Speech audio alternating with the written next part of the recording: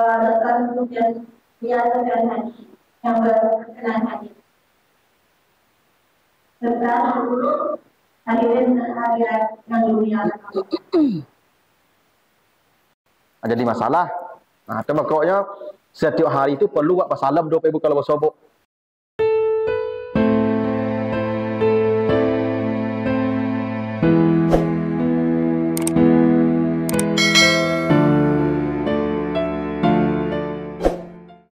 Assalamualaikum warahmatullahi wabarakatuh. Alhamdulillahi rabbil alamin.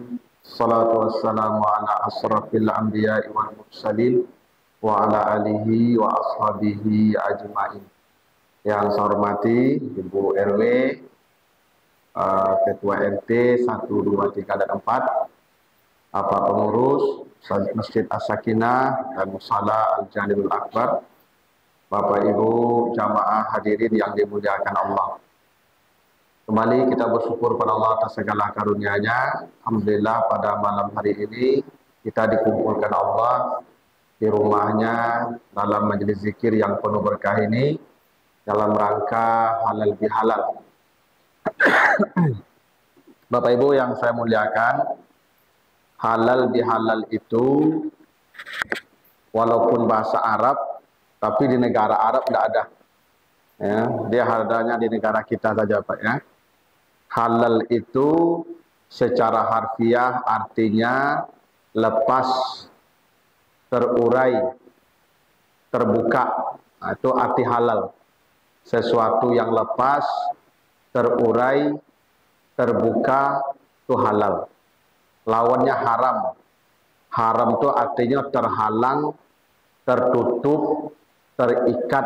Itu lawannya. Ibu-ibu tidak boleh megang saya tidak boleh megang ibu-ibu. Kenapa? Ada penghalang, walaupun penghalangnya tidak nampak. Haram. Sesuatu yang terhalang itu namanya haram. Tapi kalau ibu megang suami ibu, boleh. Kenapa boleh? Karena sudah halal. Sesuatu yang halal itu ya tidak ada lagi penghalang, lepas. Saya juga begitu. Saya megang istri saya boleh. Kenapa? Karena sudah halal. Nah, itu arti harfiahnya halal, ya. Jadi itu apa maksudnya halal bihalal, Bapak Ibu? Apa itu halal bihalal? Halal bihalal itu artinya melepaskan atau mengurai atau membuka penghalang yang menghalangi kita dengan Allah dan dengan manusia. Jadi ada penghalang yang menghalangi kita dengan Allah dan manusia. Nah, penghalang itu mesti kita buka, mesti kita urai, mesti kita lepaskan. Apa penghalang yang menghalangi kita dengan Allah dan dengan manusia? Satu saja. Yang menghalangi kita dengan Allah dan menghalangi kita dengan manusia satu. Apa itu satu-satu itu? Ya, dosa. Bapak Ibu kalau berdosa dengan Allah pasti terhalang kepada Allah. Bapak Ibu kalau berdosa kepada manusia pasti terhalang dengan manusia. Itu kenapa misalnya kata Allah di surat Al-Fajr, ya, ya ayyatuhan nafsul mutmainnah irji'i ila rabbiki radiyatan mardiyah. Wahai jiwa-jiwa yang sudah tenang. Kalau jiwa sudah tenang, pulanglah menghadap Tuhan dengan keredaannya. Siapa yang boleh menghadap Allah?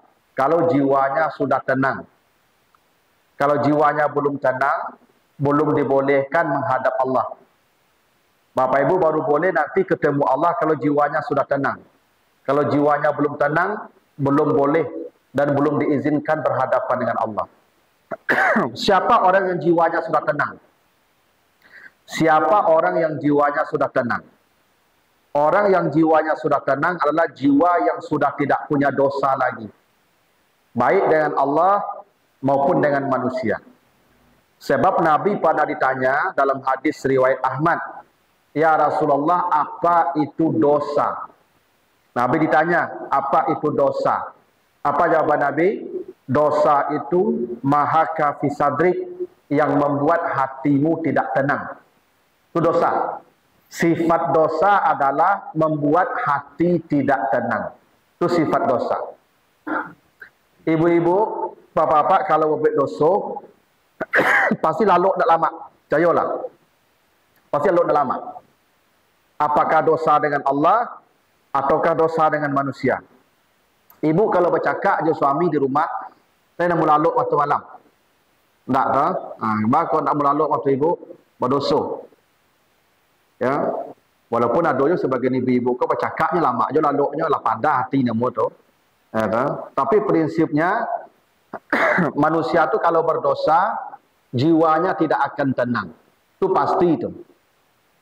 Semakin banyak dosa yang dia lakukan, semakin jauh dia dari ketenangan hati. Yang itu sifat dosa tadi.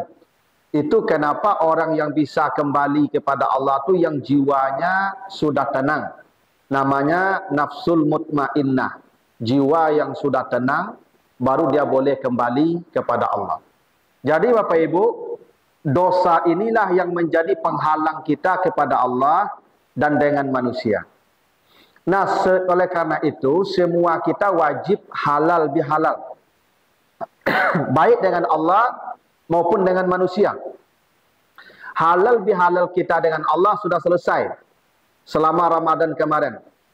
Karena kata Nabi, man shama ramadana imanan wa ihtisaban. Dan ditambah lagi, man qama ramadana imanan wa ihtisaban. Siapa yang melaksanakan puasa di siang hari Ramadan dan di malam hari dia melakukan qiyamul lail dengan keimanan dan perhitungan, maka diampuni semua dosanya yang sudah berlalu. Bila sudah diampuni dosanya yang sudah berlalu, berarti jiwanya sudah tenang di satu sisi. Kenapa? Karena dosa yang membuat hati gelisah itu sudah dihapus Allah selama Ramadan. Itu makanya selama Ramadan itu Bapak Ibu, ya ada ketenangan, kebahagiaan kita rasakan. Kenapa? Karena Allah sudah menghapus dosa kita yang terhubung dengan Allah. Maka jiwa kita sudah tenang di satu sisi baru. Karena Allah sudah mengampuni dosa-dosa kita karena puasa dan qiyamul lail kita selama Ramadan. Itu halal bihalal kita dengan Allah. Itu makanya di ujung Ramadan kemarin kita Idul Fitri, kembali kepada kebersihan, kesucian. Nah, itu halal bihalal kita dengan Allah. Nah, tinggal lagi halal bihalal kita dengan manusia. Bagaimana caranya menghapus penghalang yang menghalangi kita dengan manusia? Dosa. Kalau Bapak Ibu berdosa dengan manusia, tetap juga tidak bisa kembali kepada Allah. Makanya dalam hadis sahih Muslim, Nabi pernah bertanya kepada para sahabat, "Atadruna manil muflis?" Tahukah kalian siapa orang yang bangkrut? Jadi Bapak Ibu, nanti ada orang yang disebut Allah sebagai orang yang bangkrut. Muflis namanya. Sahabat menjawab, "Al-muflis maladir hamlahu wala mata." Orang yang bangkrut, orang yang tidak ada harta, yang tidak ada uang. Kata Nabi, bukan. Orang yang bangkrut dari umatku, mayyati yaumal qiyamati bisalatin wa zakatin wa hajin dan sebagainya. Nanti di hari kiamat, dia datang membawa ibadahnya yang banyak. Salatnya berjamaah, tahajudnya tiap malam, puasanya wajib, sunat, haji, umrah berkali-kali, zakat sedekahnya banyak.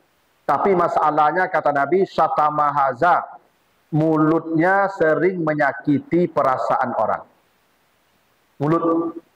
Wadarabahaza, tangannya ketika punya kuasa sering menzalimi orang. Wa akala malahaza, harta orang dia ambil, dia pinjam, tidak dia kembalikan. Maka kata Nabi, dia harus mencari semua orang itu nanti di akhirat untuk menyerahkan semua amalnya. Izafuniat, bila amalnya sudah habis, ukhizat min zunubihim, dosa orang diberikan kepadanya, summa turiha ilan nar, dia pun dilemparkan ke neraka. Apa makna hadis itu, Bapak Ibu? Sehebat apapun ibadah Bapak Ibu kepada Allah, akan sia-sia ketika mati, belum menyelesaikan urusan dengan manusia. Sebanyak apapun ibadah kita, kalau kita mati, tetap tidak ada kebaikan dari ibadah yang banyak itu selama urusan kita dengan manusia tidak selesai. Apa yang disebut Nabi? Satu, syatamahaza, mulut. Di dunia, mulutnya sering menyakiti perasaan orang. Itu makanya Bapak Ibu, sering sekali saya katakan, kalau tidak bicaranya yang baik, diamlah. Tahan-tahan lidah. Nah sekarang bukan lidah Pak, ujung jari. Tuh di WA group itu, kalau tidak urusan kita, tidak usah berkomentar. Jangan kepo. Jangan bagara-gara di WA group, keci awak bagara, kawan teibu hatinya. Kok kabagara japri langsung. Itu Pak. Karena kalau sempat ibu hati orang dakwah, ya, apalagi tersinggung dia, apalagi tercemarkan nama baiknya, maka semua amal kita sia-sia. Kita akan cari dia, kasihkan amal kita ke dia, atau tidak ada lagi dosa dia yang kita bawa. Itu makanya kata Nabi, man kana yu'minu billahi wa bil yaumil akhir falyakul khairan aw liyasmut. Siapa yang beriman dengan Allah dan hari yang akhir, bicaralah yang baik-baik. Yang tidak bisa bicara yang baik, maka alangkah lebih baiknya dia memilih diam. Diam itu lebih menyelamatkan. Karena begini Bapak Ibu, setiap ucapan yang kita ucapkan nanti dia akan kita hisap. Akan kita baca dan ditimbang itu. Wa ma yalfizu min qaulin illa ladaihi raqibun atid. Tidak ada satu kalimat pun, bahkan setengah kata pun yang kau ucapkan, kecuali sudah dicatat, sudah direkam. Dan nanti akan dihisap, akan ditimbang. Itu yang memberatkan persoalan kita nanti di akhirat, mulut. Itu kenapa Nabi pernah ditanya, ya Rasulullah, apa yang paling banyak membawa orang masuk neraka? Apa yang paling banyak membawa orang masuk neraka? Kata Nabi, al-fam wal farad, mulut dan kemaluan. Mulut nomor satu. Bahkan mulut nomor satu, kemaluan ada batasnya. Ada batas tempat, ada batas usia, ada batas waktu. Kalau mulut, tak ada batas, makin pensiun, makin menjadi motar. Kau lagi tak? Kenapa? Ya, kalau mohon maaf nih, kalau kemaluan, makin tua, makin hilang dia tu. Kemampuan dia itu. Tapi kalau mulut, makin tua, makin namu selera beko tu. Nah, itu makanya banyak orang pun lah pensiun, kalapau duduk pe motar sama-sama nih. Ya, Pak? Tak kamar saji dengan ceramah lo, kalapau motar dari pagi sampai sore. Itu kenapa Nabi katakan mulut nomor satu itu. Ya, mulut nomor satu. Makanya Bapak Ibu, jaga-jagalah mulut. Karena itu yang menghabiskan amal kita paling banyak. Mulut. Ya, yang menghancurkan semua amal kita tuh mulut yang paling banyak. Karena kita akan memberikan amal kita kepada orang. Bapak Ibu kalau menggibah saya tak tahu, tak apa-apa. Karena saya tak tahu, Bapak Ibu kan bicaranya di belakang saya. Tapi Bapak Ibu akan mendatangi saya di akhirat untuk menyerahkan amal itu ke saya. Percayalah nanti itu. Dan mencari saya tidak mudah di akhirat itu, Bapak Ibu. Mencari ambo di akhirat itu sepadang salawiyantah, Bapak Ibu. Sajak Nabi Adam sampai manusia terakhir berkumpul seluruh Bapak Ibu lapai ke Makkah. Kok hilang kawan di padang Arafah sedang wukuf, dia mencoba cari, cuba cari itu. Di padang Arafah itu mungkin 1 juta orang baru itu. Payah mencari itu mah. Ikut entah barat triliun manusia. Itu yang dicari itu Pak. Tak baju satu orang seluruh itu. Nomor HP tak ada, WA group tak ada, bakal mencari di situ tu. Tak murah mencari orang di akhirat itu Pak. Mencarinya salah payah kan. Ya tak? Apalagi besok kau pasobok, kamagen amal sekinyanya. Atau kau menjapit dosa saja. Pada karugi daripada dia. Apa perkaranya tadi kata Nabi? Nomor satu, syatamahaza. Dia tidak bisa menjaga mulutnya. Nah, itu makanya itu paling pokok yang saya jaga, Pak Ibu. Mulut. Ya. Kadang-kadang di masjid, itu je tu. Telah di masjid, mau tahu orangnya lah. Itu Masya Allah ya. Kalau di luar masjid, mungkin kau di masjid, duduk ya, dengan ceramah, orang tu usah itu. Jadi Bapak Ibu tolong dijaga mulutnya ya. Itu yang pertama. Yang kedua, daraba haza. Ketika dia berkuasa, punya kekuatan, tangannya sering menzalimi orang. Kau Bapak Ibu, kau yang punya jabatan, yang punya kekuasaan, jangan semena-mena. Ya, itu tidak boleh Bapak Ibu ya. Yang punya kuasa, jangan semena-mena dengan tanganmu. Bapak Ibu yang menzalimi orang, hak-hak orang pasti bayar di akhirat, percayalah. Tidak ada satupun kezaliman yang tidak akan dibayar di akhirat. Kita akan mendatangi dia dan akan menyerahkan amal kita. Nah, yang ketiga, wa akala malahaza. Dia mengambil hak orang lain, mengambil harta orang lain dan dia tidak kembalikan. Itu kenapa kata Nabi, tidak akan masuk surga orang yang mati berhutang walaupun mati syahid. Ya, orang yang mati berhutang walaupun mati syahid tidak akan masuk surga. Kenapa? Karena dia belum mengembalikan hak orang. Itu kenapa Nabi itu tidak mensalatkan orang yang mati berhutang. Karena ada sahabat, dia mati, ketika disalatkan, Nabi tanya, dia punya hutang enggak? Ternyata dia punya hutang. Kata Nabi, bayar hutangnya dulu, baru saya salatkan. Ternyata dia tidak punya harta, karena hartanya tidak ada. Miskin pula matinya. Kata Nabi, saya tidak akan mensalatkan dia. Sampai Abu Bakar yang menjamin hutangnya. Saya yang menjamin dan saya yang bayarkan. Baru Nabi mensalatkan. Apa artinya itu? Tidak ada gunanya doa kebaikan untuk dia yang kita perbuat kalau dia punya urusan dengan makhluk. Itu makanya Bapak Ibu menjelang mati cepat selesaikan, termasuk hutang piutang. Jangan kita mati lalu meninggalkan hutang, apalagi harta tidak ada ditinggalkan, panjang urusan kita di akhirat. Kita akan cari orang itu. Jadi Bapak Ibu kalau tidak bayar hutang, jangan dikira menang itu. Jangan kalah itu. Nanti kita cari orang yang tempat kita berhutang itu. Justru Bapak Ibu kalau berhutang orang ke kita lalu tidak dibayarnya hutang itu hilang-hilang antuk selai. Tidak apa-apa, nanti kita nerima itu. Justru Bapak Ibu yang tidak dibayarnya itu yang punya awak tu. Ya, berapa satu hutang yang usah dibayar. Ya kan itu yang punya awak tu. Yang nak dibayar orang tu nanti akan dikembalikannya tu. Ya. Nah itulah ya inti halal bihalal. Jadi halal bihalal itu artinya melepaskan ikatan sekat penghalang ya yang menghalangi kita dengan Allah dosa dan yang menghalangi kita dengan manusia yaitu dosa juga. Nah, Bapak Ibu yang saya muliakan, begini. Dosa ini Bapak Ibu akan membuat manusia berjarak dengan Allah dan dengan manusia. Karena Bapak Ibu prinsipnya manusia itu makhluk yang dekat dengan sesama. Kedekatan itu lahir karena apa? Karena keharmonisan. Itu kenapa manusia itu dalam Al-Quran disebut ins. Karena ins itu artinya lembut. Manusia yang lembut, Bapak Ibu biasanya manusia yang jauh dari dosa. Manusia yang kasar itu identik dengan dosa. Karena hati yang kasar itu Bapak Ibu tampak dari perilaku yang kasar. Itu kenapa kata Allah manusia diciptakan dengan fitrah lembut, tunduk. Kata Allah, fa'akim wajhaka lid-din hanifan. Manusia itu fitrahnya tunduk kepada agama Allah. Orang yang tunduk kepada agama Allah itu fitrahnya begitu. Fitratullah allati fataran nasa 'alaiha. Itulah fitrah.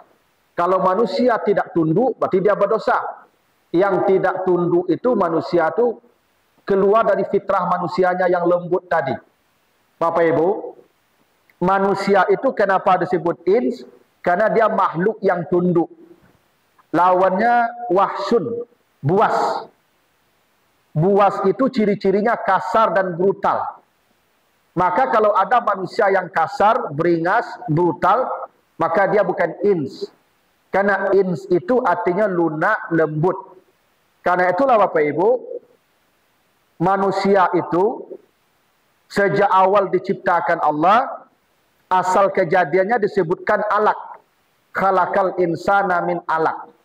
Alaq itu secara harfiah artinya sesuatu yang sifatnya tergantung. Bapak Ibu kalau buka kamus, cari kata ain lam kaf. Arti alaqa itu tergantung. Kenapa manusia diingatkan Allah diciptakan dari yang tergantung, alaq, untuk memberi isyarat bahwa manusia itu makhluk yang lembut. Manusia itu sejak awal diciptakan Allah memiliki ketergantungan kepada makhluk. Bapak Ibu, kita ini tidak ada satupun yang bisa kita lakukan di dunia ini kecuali dibantu orang. Karena hidup kita tergantung oleh orang. Coba Bapak Ibu makan.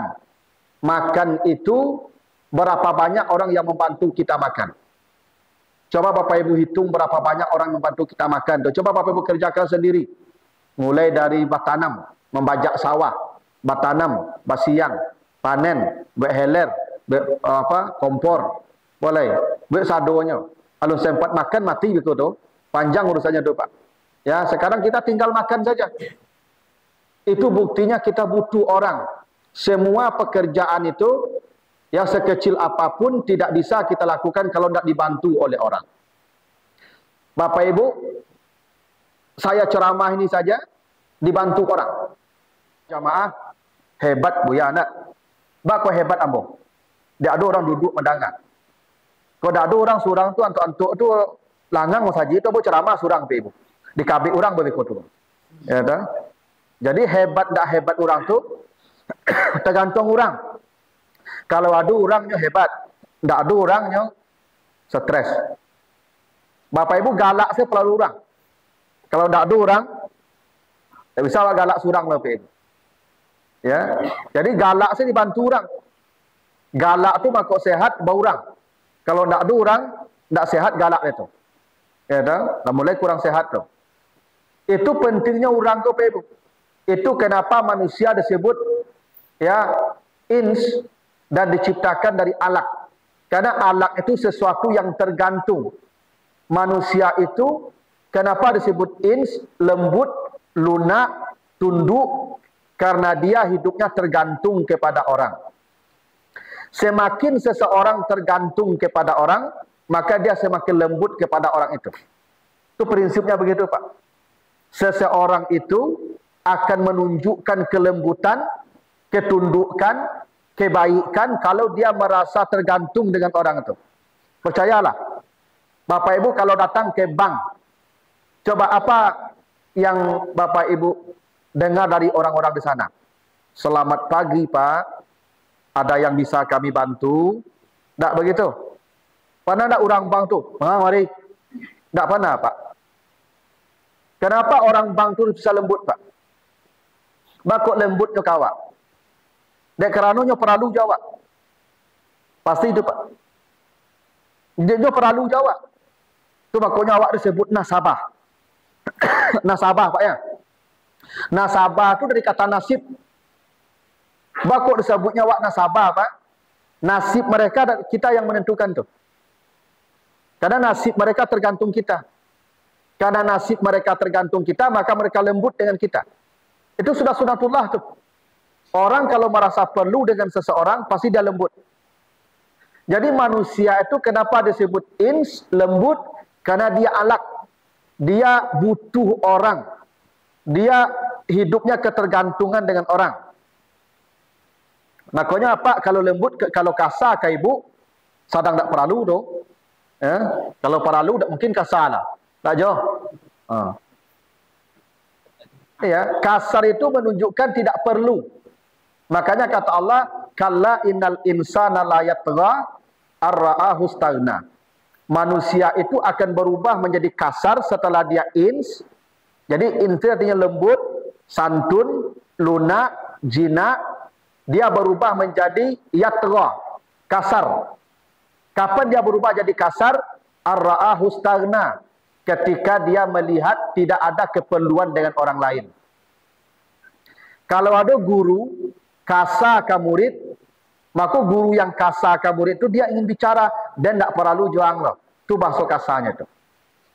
Semua kekasaran menunjukkan bahwa dia tidak perlu dengan orang itu. Nah, ketika kekasaran itu muncul, hubungan menjadi rusak. Keharmonisan menjadi terganggu. Ibu kalau kasar Pak mengecek di rumah, lain mu berdakit lalu ke? Dah, orang belakang. Nyerasuk dapat kan, ya ikut tangan ibu ikut tu. Ya nak? Itu bukti kalau manusia kasar, maka irsnya menjadi hilang. alaknya menjadi hilang. Itu pasti itu Bapak Ibu. Kenapa? Karena kekasaran itu karena dosa. Orang kalau hatinya berdosa, banyak kotoran di hatinya, biasanya omongannya kasar. Biasanya kasar itu berawal dari amarah. Amarah. Makanya orang berang itu Bapak Ibu, mengeceknya kasar. Nadanya tinggi. Karena orang yang marah itu sedang kotor jiwanya. Kenapa orang yang marah kotor jiwanya? Al-ghadabu minas syaitan, karena marah itu dari setan. Marah itu dari setan. Itu kenapa orang kalau marah, jiwanya langsung menjadi bobrok. Itu kenapa orang marah bahasanya pun tidak teratur. Pilihan katanya menyakitkan. Nadanya tinggi. Itu makanya Bapak Ibu, sering saya katakan ke ibu, ibu kalau berang-berang apa di rumah suami, jangan ibu lawan. Jangan. Itu udah orang ketika dulu tuh. Ya. Ketika berang itu kehilangan manusianya. Karena manusia tadi apa namanya? Ins. Manusia itu lembut. Ketika dia kasar, berteriak-teriak, marah-marah, dia kehilangan insnya. Dia jin itu. Karena memang jin itu kasar. Itu makanya marah dari setan. Itu makanya ibu-ibu kadang tak sadar mengecek kalau berang, bangkit setan dan diangmat. Memang begitu tuh. Ya, jadi orang yang marah itu memang dikuasai setan. Dan setan itu jasimun fil qalbil insan, dia mengotori hati manusia. Makanya setan itu kotoran hati. Dia semacam virus, semacam bakteri, kuman. Dia akan kalau hinggap di hati kita, dia akan mengotori hati kita. Itu kenapa amarah tadi tidak ada bahasanya yang baik. Saya tidak pernah mendengar ada orang berang pedu puji-puji. Orang marah pedu hebat apa ya, tidak ada. Orang marah itu isi kebun binatang itu separuh keluar begitu. Itu tanda orang marah tuh. Bahasanya tidak rapi, tidak teratur karena hatinya sedang tidak baik. Nah, itu buktinya Bapak Ibu, manusia kalau masih dalam fitrahnya yang baik, dia akan lembut, akan santun. Kenapa? Karena dia alak, dia merasa perlu dengan orang. Kalau dia nak merasa perlu dengan orang, dia berubah menjadi kasar. Itu makanya orang bercakap itu Pak, orang bapaga itu sedang merasa tak perlu. Ya kan? Cari ibu-ibu kalau bertangga, kalau cakap, itu tidak ada rasa saling membutuhkan, tidak ada lagi itu. Ya, karena itulah fitrah, karena manusia sudah keluar dari fitrahnya. Nah, karena itulah Bapak Ibu, dalam konteks itu perlunya kita mengurai kembali. Bagaimana cara mengurai kembali Bapak Ibu? Satu saja jalannya. Kalau dengan Allah tadi apa? Istighfar. Kita minta ampun. Cara minta ampun bagaimana? Salah satunya dengan ibadah. Karena kata Allah, innal hasanat yuzhibnas sayyi'at. Setiap kita berbuat baik, melakukan amal-amal saleh, maka dosa-dosa kita otomatis diampuni Allah. Bapak Ibu salat, dosa diampuni Allah. Bapak Ibu puasa, dosa diampuni Allah. Bapak Ibu bersedekah, dosa diampuni Allah. Setiap kebaikan yang kita lakukan, pasti menghapus semua dosa kita yang dengan Allah. Bapak Ibu duduk mendengar ceramah ini saja, itu semua dosa diampuni Allah. Karena begitu. Ma min qaumin yajlisuna majlisan yazkuruna fihillah illa hafathumul malaikah. Tidak ada satu kaum pun yang duduk berkumpul di majlis ilmu kecuali ketika mereka duduk para malaikat memintakan ampun kepada Allah atas dosa mereka. Jadi setiap kebaikan yang kita lakukan Bapak Ibu menghapus semua dosa kita. Makanya tidak perlu lagi ada salat taubat. Salat taubat itu tidak diperlukan. Kenapa? Bapak Ibu salat Isya tadi sudah bertobat. Sudah ampun dosanya itu. Makanya kalau ibu salat setiap duduk antara dua sujud apa doanya? Rabbil firli warhamni, begitu kan? Sudah tobat itu, diampuni dosanya semua itu. Nah, yang dengan Allah gampang. Yang dengan Allah itu gampang. Tidak susah Bapak Ibu ya. Mengampuni dosa yang terkait dengan Allah itu gampang, cukup ibadah. Selama tidak syirik kepada Allah, selesai dengan ibadah, diampuni. Kalau syirik taubat nasuha. Nah, yang dengan manusia ini yang masalah ini. Yang dengan manusia tidak bisa dengan sujud-sujud, tidak bisa dengan salat malam, tidak bisa dengan sedekah baca Quran. Bapak Ibu kalau punya masalah dengan manusia, satu saja jalannya. Kalau dengan Allah tadi bisa istighfar, dengan manusia minta maaf, selesai. Tidak ada jalan lain. Temui dia, datangi dia, minta maaf. Tanpa minta halal, tidak ada surga, tidak ada kebaikan untuk Bapak Ibu. Itu kenapa begini. Ibu-ibu kalau ingin masuk surga apa kata Nabi? ayumra'atin matat wa zawjuha radin dakhalat al-jannah. Perempuan mana saja yang mati, ketika dia mati suaminya reda, maka perempuan tadi pasti masuk surga. Ibu masuk surga, jangan cari keredaan Allah. Keredaan Allah itu otomatis ibu dapatkan kalau reda suami. Apa maknanya itu? Allah tidak memberikan keredaan kepada ibu kalau suami ibu tidak reda ke ibu. Itu makanya ibu-ibu menjalang kami mati, ku je sempat ibu hati kami. Ku ibu hati kami menjalang kami mati, ku ibu golong-golong sekedar aku esok tu. Percayalah kamu walaupun ibu sembahyang berjamaah tahajud, itu ya. Makanya apapun kandak kami, pinta kami, capek kerajuan. Ya, agi tarui. Jangan sampai bisuk beko ya. Kau sempat kami kesal beko, ada, itu. Kecajo kan?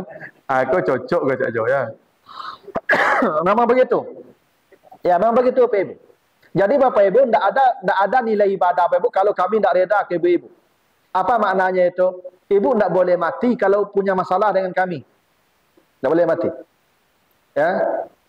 Kalau ibu mati nanti atau kami mati, ibu punya masalah aja kami, tidak ada surganya. Walaupun ibadah ibu banyak. Kenapa? Karena ibu lebih halal aja kami. Makanya kata Nabi, kalau ada perempuan tidur di malam hari, suaminya marah kepadanya, dia tidur, maka perempuan itu dilaknat malaikat sampai pagi. Kalau mati, masuk neraka. Jadi ibu-ibu wajib halal tiap malam juga kami. Sebelum lalu tu halal dulu.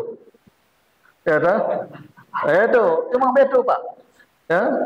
Jadi ibu lalu kami jengkel ke ibu, kami berang ke ibu lalu aja. Mati ibu mereka. Kan dilaknat malaikat sampai pagi itu. Ya. Makanya ibu-ibu yang menjalan lalu tu halal lo. Ya kan? Pak, ada salah ambo riko ya. Banyak macam ni. Tolong give maaf ambo ya. Yalah lah, tu lalu kan lain. Kalau tak jangan lalu je bu. Makanya ibu memang tak boleh lalu kalau kami lalu lain. Kata kalau lalu kami ibu tu lalu lain. Ya kan? Ala lalu kami baru lalu ibu. Itu caranya. Nyo ada lalu dah sawat lah mengantuk ustaz saya minta izin lain. Dah dan kalau lalu dah hai. Laman tu je.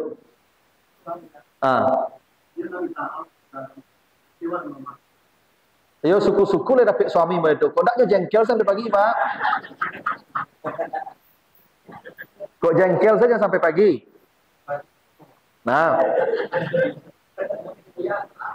Ya kalau le dimaafkan alhamdulillah lah, kalau le dapat ibu maaf menjalan lalu tu mati ibu aman dak jago sampai pagi dak boleh tu. Masalahnya jengkel ke ibu sampai pagi berang ke ibu. Ibu bakal dua lalu dak jago ibu pagi mati neraka langsung tu mah. Ya tak? Kenapa ibu lebih halal je kami ni? Itu pentingnya begitu ya. Ya sama apa juga begitu. Apa kalau ada hak-hak ibu tak dipenuhi, mati. Besok itu suami itu lari sampai isteri itu. Kata Allah begitu. Yauma yafirul mar'u min akhi wa ummihi wa abi wa sahibatihi wa bani. Besok seorang suami akan lari nampak istrinya. Kenapa suami lari nampak istri? Kalau ada suami yang tidak memenuhi hak-hak istrinya, maka itu akan dia bayar nanti di akhirat itu. Soal istri akan menuntut itu. Ya. Kan ada juga suami ke simpili. Ya kan, pitile banyak tapi simpili. Nanti suami yang simpili itu nanti itu ketakutan nampak istri itu juga. Ketakutan itu. Karena Allah wajibkan dia kasih nafkah sesuai kekayaan dia. Liyunfik zu sa'atin min sa'atihi. Suami yang kaya wajib beri nafkah sesuai kekayaan. Wajib hukumnya. Makanya Hindun pada disuruh mencuri oleh Nabi itu. Istri Abu Sufyan. Istri Abu Sufyan itu dapat suami simpili Abu Sufyan. Peti banyak tapi cekeh. Maka kata Nabi ketika Hindun mengadu, khuzi mayakfik ciluk. Ya, itu ya karena suami yang kikir itu nanti bermasalah di akhirat. Makanya Bapak Ibu kalau baca surah At-Taubah 34-35, laki-laki yang kikir itu nanti dikumpulkan uangnya itu semua jadi besi. Lalu dibakar dalam neraka jahanam, lalu digosokkan ke badan itu seluruhnya itu. Jadi suami yang kikir tu dapat digosok dengan setrika api je. Itu bacalah Al-Quran begitu tu, janji Allah. Makanya dia kikir-kikir lah je, bagi saya lah. Agi saya. Barangnya minta agi. Ya, pada digosok lah besok di akhirat. Itu. Kadang ada sebagian apa-apa kau ala saketik bagi menyerengi lah, Ibu. Bagi saketik itu menyerengi panjang lah. Ada, itu digosok besok tu di setrika api tu. Ada. Sehingga ibu kalau takut mengecek minta piti ke apa, tu dia minta piti diserengi panjang kan.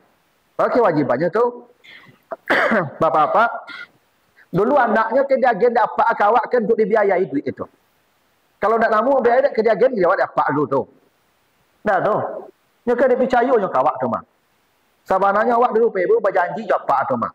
Akecek apanya anak dan kuah di ujung rambut sampai ujung kuku dan tanggung ah. Kini dia nagen kang ah. Tanggung anak dan dia. Cuapo dia menanggung anak dan cucuan tanggung anak dan dia. Jadi pak dan ambil anak pak dia dan tanggung anak pak cuapak menanggungnya. Tu janji dulu pak. Itu janji setia tu pak. Cuapaknya berjanji tu pak. Bersaksi bagi janji tu pak. Akhirnya itu dak wagen kinyo haknya lah. Dak menyalahi janji nama tu pak. Tu makok suruh cilok tu.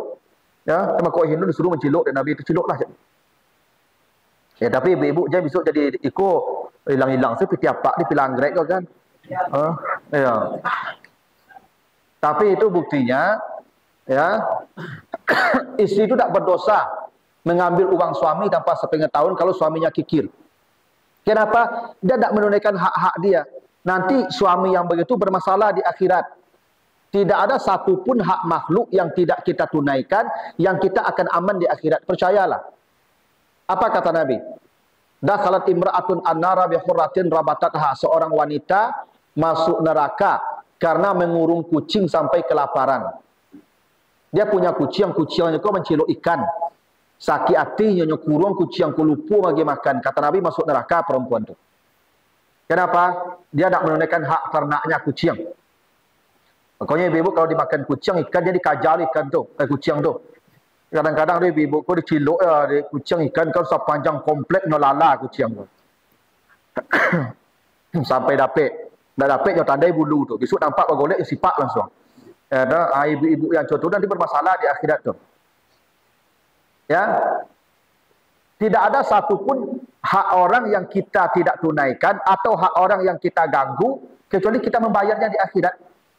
Termasuk bapak ibu yang punya teranak, bapak ibu yang punya kucing. Kucing tu malam-malam tolong kurung. Ikutnya pekerja-kerja sepanjang atuk orang. Orang lalu terkejut-kejut, orang lompet-lompet sepanjang atuk orang. Ibu yang punya kucing tu bermasalah di akhirat besok tu. Sawarga sakomplek orang menuntut ibu besok tu mah. Percayalah kamu. Orang sedang lama lalu baru. Tu lama lompet kaki atuk pekerja-kerja. Dah terkejut dia. Dah terkejut ibu dia melaluk atau kolai sampai pagi dia melaluk atau sakit malu ikut tu mah. Ayang punya kucing tu besok tamu yang rapat dan tergaduh lalu itu. Aku nak je berkucing je. Nak campaan kucing tu jauh lah. Banyak duduk di alamnya. Termasuk ke ayam bagai di komplek berteranak ayam buat ibu. Bekau balapen yang tu keciri, bekau kata rasurang. Yang keciri baju orang rasurang terjamu bagai. Tu berbayi di akhirat besok tu mah. Tidak ada satu pun yang selamat Bapak Ibu. Kena ada hisab yang paling detail di akhirat. Kena begitu. Syatama haza, daraba haza, akalama haza, semuanya dihisab. Bapak Bu yang punya anak-anak bujang, tolong keceng kenyoang kenal pot ondang, tolong jangan buka. Nya pulang malam Bapak Ibu, jam 2 nya pulang. Kenal pot ondang tanggung kancang bunyi lah Bapak Ibu. Ada atau kaji-kaji orang lalu tengah malam kodenya. Itu berbayi di akhirat besok nama. Saya Bapak Ibu kamu. Ya kan? Ada mataran anjing di komplek ke, campaklah anjing tu deh. Orang serang lalu ni nyaguk ke Bapak Ibu. Ya dah. Mangalo banjing di komplek ke Bapak Ibu. Ya dah. Tak perlu kan anjing. Kalau dari ibu, Bapak Ibu tinggal di sawah menjaga teranak, perlu anjing dah ada. Ikut di komplek banjing. Menggaduh orang lalu. Semua persoalan yang Bapak Ibu nak selesaikan di dunia, nanti selesaikan di akhirat. Itu kenapa pentingnya halal lebih halal tu. Selesaikan capek di dunia kau. Tapi kalau selesai, sudah. Jadi lakukan kesalahan yang sama. Kau yang banjing minta maaf. Mohon maaf Pak ya. Waduh menggadu selama opi anjing tetap di rumah tak boleh campak anjing dulu. Samo je ndak nama itu. Ya kalau minta maaf campak anjing dulu aturannya. Nah Bapak Ibu, di surah At-Taghabun ayat yang ke-14 Allah menjelaskan tentang bentuk-bentuk maaf. Kata Allah begini. Ya ayyuhallazina amanu inna min azwajikum wa auladikum wa aduwwan lakum fahzaruhum wa in ta'fu wa tasfahu wa taghfiru fa innallaha ghafurur rahim. Hai orang-orang yang beriman, kata Allah, sesungguhnya istrimu, anakmu adalah musuh bagimu, maka waspada dengan mereka. Jika kamu maafkan dan kamu maafkan dan kamu maafkan, sesungguhnya Allah Maha Pemaaf lagi Maha Pengampun. Jadi ada 3 kali kata maaf di situ. 1, ta'fu. 2, tasfahu. 3, taghfiru. Jadi ayat ini begini Pak Ibu. Kenapa istri dan anak disebut musuh? Dulu ketika perintah ini berlomba-lomba hijrah. Meninggalkan harta, rumah, keluarga, pergi ke Madinah. Tapi sebagian dihalangi oleh istrinya dan anaknya. Cik istrinya mangalu dah pai-pai hijrah. Rumah awak tinggal, kadai awak sedang padik, ekonomi sedang rancak di siko. Biasalah orang tu hijrah, tak usah awak ikut-ikut hijrah. Kata sebagian istrinya, anaknya juga begitu. Maka sebagian sahabat tak jadi hijrah karena terhalang oleh istrinya. Itu disebut istri sebagai musuh. Ada istri ini Bapak Ibu menjadi penghalang suaminya jadi baik. Istri yang menghalangi suaminya jadi baik. Suaminya ingin baik, tapi istrinya menghalangi. Ini contohnya ayat ini. Ya. Nah setelah sekian tahun hijrah, ini sahabat kemudian hijrah ke Madinah, mendapati sebagian yang hijrahnya duluan tadi, ilmu agamanya sudah banyak, karena sudah banyak belajar dengan Nabi. Maka ini yang terlambat hijrah karena terhalang oleh istri dan anaknya kemarin, marah, ingin menghukum istrinya yang menghalangi hijrah itu. Maka turun ayat ini, jangan kalian hukum istrimu, maafkan mereka, dan maafkan mereka. Ada 3 bentuk maaf. Pertama kata Allah, ta'fu. Apa itu ta'fu? Ta'fu itu artinya menghapus. Sesuatu yang dihapus, hilang, cuman bekas masih tampak. Itu sifat yang dihapus. Jadi kalau dihapus, hilang, cuman bekas masih tampak. Apa maknanya maaf ta'fu itu? Kalau ada orang salah kepada kita, dia minta maaf. Pak, maafkan Ambodi. Lain dimaafkan, cuman dan bakih masih 3. Dia lah dan maafkan. Cuman kok kamu nyapu juga dulu deh. Ya itu. Padih baru. Itu namanya ta'fu. Inilah dimaafkan. Cuman dan bakih kok masih tampak. Memang Bapak Ibu, kalau Bapak Ibu baca nanti di surah Al-Baqarah, ya, ayat 237. Ini kata ta'fu ini, konteksnya ayatnya begini. Kalau ada seorang perempuan habis dinikahi, langsung diceraikan suaminya. Maka suami yang menceraikan wajib membayar mahar separuh. Jadi kalau ada laki-laki menikahi perempuan, belum digauli, masih di pelaminan, sudah diceraikan.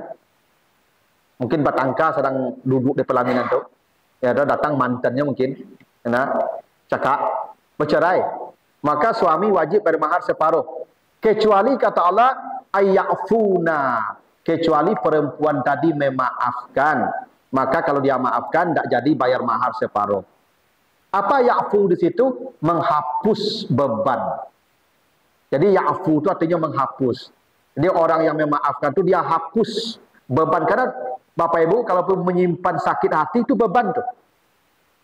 Bapak Ibu kalau sakit hati itu disimpan dalam hati itu beban tuh. Makanya orang yang pendendam tuh Bapak Ibu itu berjalan barik bantunya. Membudui si pipinya Pak. Ya kan? Karena itu beban. Kalau dia belum hapuskan beban itu dia akan terbebani terus. Makanya kata Allah tadi perempuan tadi yang sakit hati diceraikan tadi boleh menghapus. Maka menghapus bahasa Arabnya ya'funa. Sesuatu yang dihapus hilang, cuman jejak masih tampak. Ya memang Bapak Ibu, maaf itu kepada orang yang menyakiti perasaan kita. Itu maaf. Makanya Bapak Ibu kalau ada orang menyakiti perasaan kita, kita beri maaf, itu yo tuh.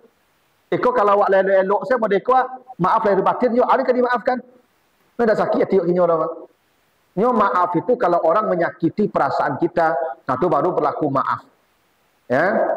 Kalau ndak ada urusan, ndak ada maaf. Selesai. Maaf itu kalau dia menyakiti perasaan kita. Kalau tidak, maka tidak ada maaf. Nah, yang kedua itu namanya tasfahu. Tasfahu itu Ibu, arti harfiahnya menutup lembaran lama, membuka lembaran baru. Dari kata safha. Bapak Ibu, kalau ada orang bersalah kepada kita, kita lupakan kesalahan dia, tidak kita ingat lagi sedikit pun, itu namanya safha. Dan itu disebutkan Allah di surat An-Nur ayat 22. Ini ceritanya. Jadi Abu Bakar itu Ibu punya sepupu namanya Mistah. Mistah ini miskin. Setiap bulan dikasih bantuan oleh Abu Bakar, BLT. Ada bantuan langsung tunai. Abu Bakar kasih subsidi setiap bulan. Dia miskin. Mistah nih. Cuman masalah Mistah nih Ibu, dikasih bantuan tiap bulan oleh Abu Bakar. Mistah inilah salah seorang yang menfitnah Aisyah berselingkuh dengan Safwan bin Mu'attal. Safwan itu Aisyah itu isi Nabi, anaknya Abu Bakar. Itu yang menuduh berselingkuh itu Mistah yang setiap bulan dapat bantuan dari Abu Bakar. Apa yang dilakukan Abu Bakar, Ibu? Abu Bakar tetap memberikan bantuan kepada Mistah dan melupakan kesalahan Mistah. Kok tiba dia awak langsung dicabut, Pak? Ya dah, pasti dicabut langsung. Tapi kalau Abu Bakar enggak.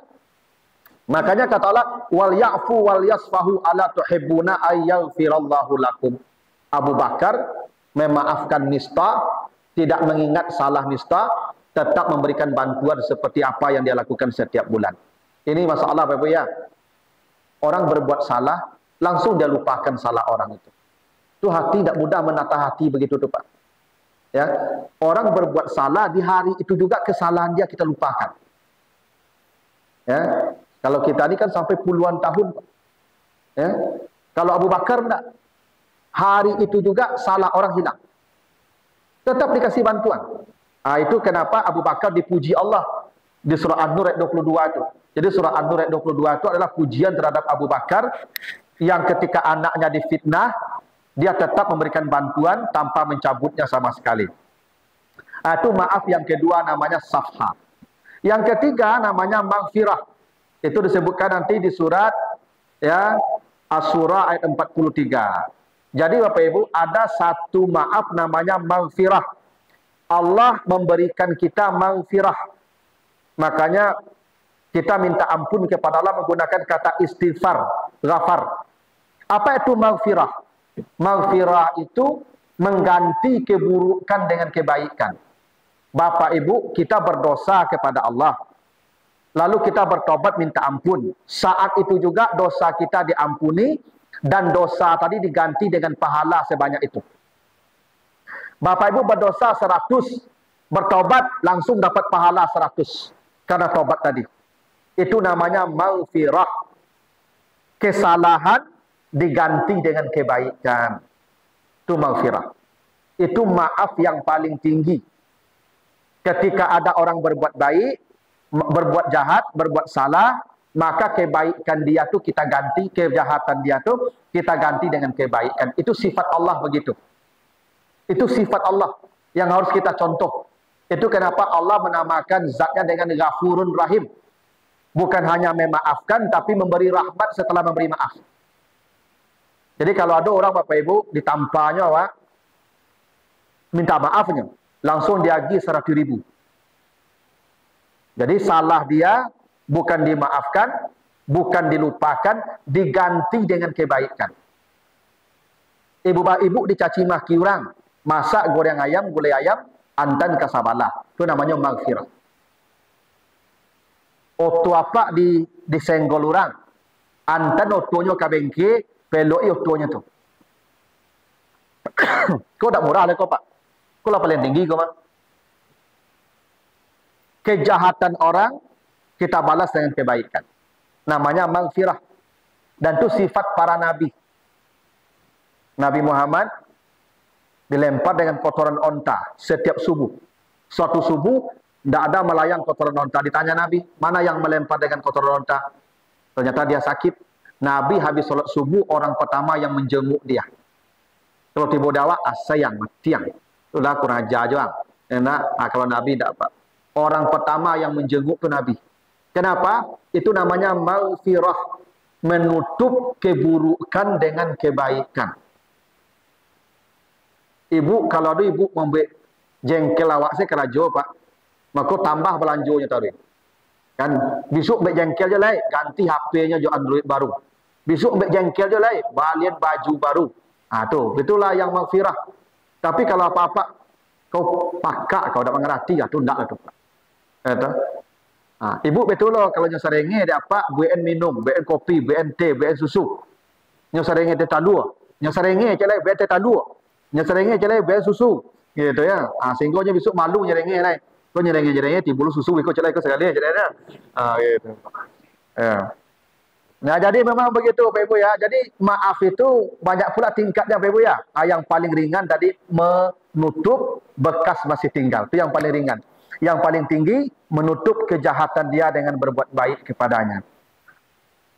Nah, Bapak Ibu tinggal pilih yang mana lah. Mau pilih yang mana? Ya, dari maaf yang ada hari ini, ya, yang hari ini Bapak Ibu selesaikan urusan dengan makhluk. Ya, jangan Bapak Ibu pernah tidur membawa dosa, membawa kesalahan dengan orang, dengan siapapun lah. Itu kenapa kata Nabi tadi batasnya 3 hari. 3 hari batas maksimal manusia marah, tersinggung itu 3 hari. Lewat 3 hari, amalnya tidak akan diangkat ke langit. Kenapa? Karena dia kehilangan fitrahnya. Sebagai makhluk yang lembut, yang tunduk, yang punya keterhubungan dengan makhluk alaq namanya. Nah, begitulah Bapak Ibu ya. Pesan ya halal bihalal kita malam ini. Mudah-mudahan di antara kita tidak ada lagi persoalan. Kita selesaikan malam ini. Ya, yang ke depan tolong diperbaiki. Terutama ini, saya ya sering, walaupun tidak aktif, sering mencermati. Persoalan yang paling krusial di warga kita ini adalah ketidakmampuan kita menjaga ucapan, baik ucapan lisan maupun ucapan tulisan. Ini yang menjadi sumber konflik horizontal di warga kita. Ya. Karena itu tahan-tahanlah jari kita, tahan-tahanlah mulut kita. Kalau ada persoalan, temui yang bersangkutan, jangan bicarakan di grup. Karena kalau dibicarakan di grup, itu dibaca sama orang. Jangan membicarakan seseorang dan jangan menyindir-nyindir orang di grup. Kalau tidak suka, temui dia. Pak, ambo tidak suka aja Pak dengan cara mereka. Temui. Mungkin dia perbaiki. Tapi jangan kita di grup itu. Ini yang sering menjadi sumber masalah di sesama kita. Bapak Ibu, kita di sini datang tidak dari satu latar belakang. Latar belakang kita ragam-ragam, pendidikan kita ragam-ragam, profesi kita ragam-ragam, cara pikir kita ragam-ragam. Menyatukannya tidak mudah, Pak Ibu. Ya, Bu RW, untunglah Ibu RW, ibu-ibu. Ya, sehingga kalau ibu-ibu kan kalau mencari jalan panik itu ibu lah Pak. Ya, gitu. Jadi ada untungnya Bu RW kok perempuan kok. Kalau laki-laki kan batangka panjangnya Pak. Kalau ibu-ibu batangka kan malu loh Pak. Jadi ada untungnya Bu RW itu ibu-ibu kok. Tapi tidak mudah. Mengurus orang banyak itu tidak mudah. Jadi ragam-ragam cara pandangnya, perangainya, cara berpikirnya. Nah, persoalannya adalah kita yang tidak mampu menahan diri kita masing-masing. Nah, kuncinya itu saja Bapak Ibu ya. Pesan saya kita sesama warga, tolong pakai rasuh. Pakai rasuh. Rasuan Pak. Kalau ciku ambo lakukan sakit tersinggung orang tak pikiran. Ya, rasuh Pak. Yang membedakan manusia dengan yang lain itu perasaan saja Pak. Ya. Tolong Bapak Ibu kita hidup ya apalagi bertetangga, saling dekat, itu pakai perasaan ya, rasakan. Terutama ibu-ibu saya pesankan nih. Ibu-ibu berhentilah pakai blok-blok tuh. Ya. Ini kadang-kadang jamaah sakinah dengan jamaah musalah itu sudah mulai enggang. Seperti bersaing, seperti tidak sehat lagi. Bapak Ibu, kita dulu sepakat. Ya. Sakinah musalah itu satu. Apa yang ada kegiatan di Sakinah, yang musala ke sini. Yang ada di sini, yang musala ke sini, yang di musala, yang di sini ke sana. Kita harus sepakat begitu. Makanya kita bikin rumah ibadah 2 dulu. Ya, bukan untuk memecah belah. Ini solusi karena kita banyak. Kita bikin 2 tempat ibadah, tak mungkin tertampung oleh 1. Nah, jangan sampai ini menjadi persaingan tak sehat. Karena ada satu kesan kalau ada acara di belakang, yang dibungkuk tak berdiri ke belakang. Ya, ada acara di buku di musala, yang di belakang tak sampai ke bungkuk. Ya kan? Itu ya di mana-mana komplek ya biasa begitu. Cuman kita ini bisa diminimalisir. Itu pesan saya. Ke ibu-ibu ke, kalau apa-apa lain tak nampak mana punya loh. Bloknya loh. Kalau ibu-ibu nampak bloknya. Ya. Ya memang itulah konsekuensi hidup bersama itu. Ya dah, apalagi awak tiba-tiba saya berkumpul pada sana. Tak ada kesamaan sebelumnya. Tak mudah. Untuk apa-apa tolong ya, kadang ada apa-apa kok, mohon maaf Bapak Ibu ya, inyolo menjadi sumber masalah ibu-ibu. Ya. Nah, jadi ada apa-apa kok yang ember lo pada ibu-ibu deh. Ya, tolong apa-apa dijaga aja. Kalau ada ibu-ibu yang punya persoalan sesama ibu-ibu, kita yang mendamaikan. Kita yang memediasi. Ndak awak lo satu mengompori lo Pak. Itu penting tuh Pak ya. Supaya ya konflik horizontal di antara kita ini bisa kita minimalisir. Ya. Kalau BRW kan mungkin mendatangi rumah-rumah kasih nasihat. Nasihatnya tentu waktu ceramah begini, waktu taklim beginilah nasihat bisa disampaikan. Ya, termasuk ibu-ibu yang paling saya ya ingin kasih nasihat itu begitu. Karena saya lihat memang ibu-ibu ini paling rentan dengan perpecahan. Rentan. Saya amati Pak di komplek kita ini Pak, ini blok-blok ibu-ibu ini banyak. Sangat banyak. Ya, dan ada semacam bentuk persaingan tak sehat. Ya kan, saling lomba berlomba. Ya. Tapi memang ibu-ibu itu begitu. Sejak Siti Hawa sampai hari kiamat memang begitu tuh. Bajo? Iya. Ya pengaruh media sosial ya tuh. Jadi tidak apa-apa. Tapi jangan sampai ada perpecahan yang, coba lihat. Sekarang kalau kita jujur ini ibu-ibu yang dari depan, tidak berapa nih yang datang nih. 1, 2, Bu Meta, 3. 3-nya. Aku ibu di belakang. Beko kok acara di mungku di musala, ibu di belakang kok tidak tiba logo Pak. Cari aku tidak percaya deh Pak. Ya dah. Padahal dulu komitmen kita tidak begitu. Dan saya sarankan kembali, dulu kalau kita bikin acara di sini, misalnya Isra Mi'raj, nanti Maulid Nabi di sana. Tolong itu diulangi lagi. Tolong itu diulangi lagi. Kalau nanti Isra Mi'raj di sini, Maulid Nabi di sana. Kalau nanti tahun baru di sana, di sininya, pokoknya jangan di masjid selalu. Ini menjadi sumber konflik juga. Dia nak ke belakang untuk masjid panjang saya acara. Padahal dulu kita sepakat begitu Pak. Ya dah. Sekali di masjid, sekali di musala, sekali di musala, sekali di masjid. Dan kita harus kembalikan kepada perjanjian kita semula dulu. Sebab ini menjadi konflik juga di antara kita nih Pak. Ya, seakan-akan ada kesan ya semua acara keagamaan terpusatnya di masjid. Ya, padahal dulu komitmennya tidak begitu. Ini perlu juga kita kembalikan Pak. Ya kan, supaya tidak ya konflik tidak semakin meruncing di antara kita. Begitu Pak Ibu ya, pesan saya ya sebagai warga juga. Jadi kalau ada yang kurang berkenan saya mohon maaf ya. Terima kasih atas segala perhatiannya. Ada pertanyaan Ibu-ibu? Bapak? Enggak ya? Dan silakan Pak.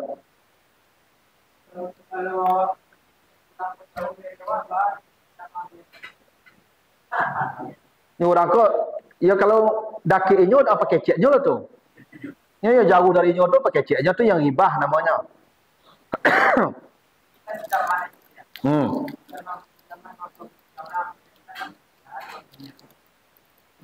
Ya besok cari orang tuh bayi. Agen nama lah kenyang. Ndak dosanya ambil. Tu baca oleh Ustaz kamu ilahnya. Minta maaf kenyang. Pak ya, ambo terlongsong menyabui apa ya. Tolong maafkan ambo. Ayolah sama-sama. Ya itu makanya pilih-pilih mengecek tadi.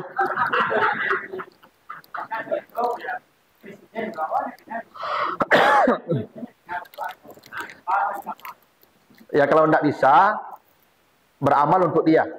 Mintakan ampun atas dosanya. Ya Allah, tolong ampuni dosa Pak Presiden itu yang boleh cuk pergunjangnya ya.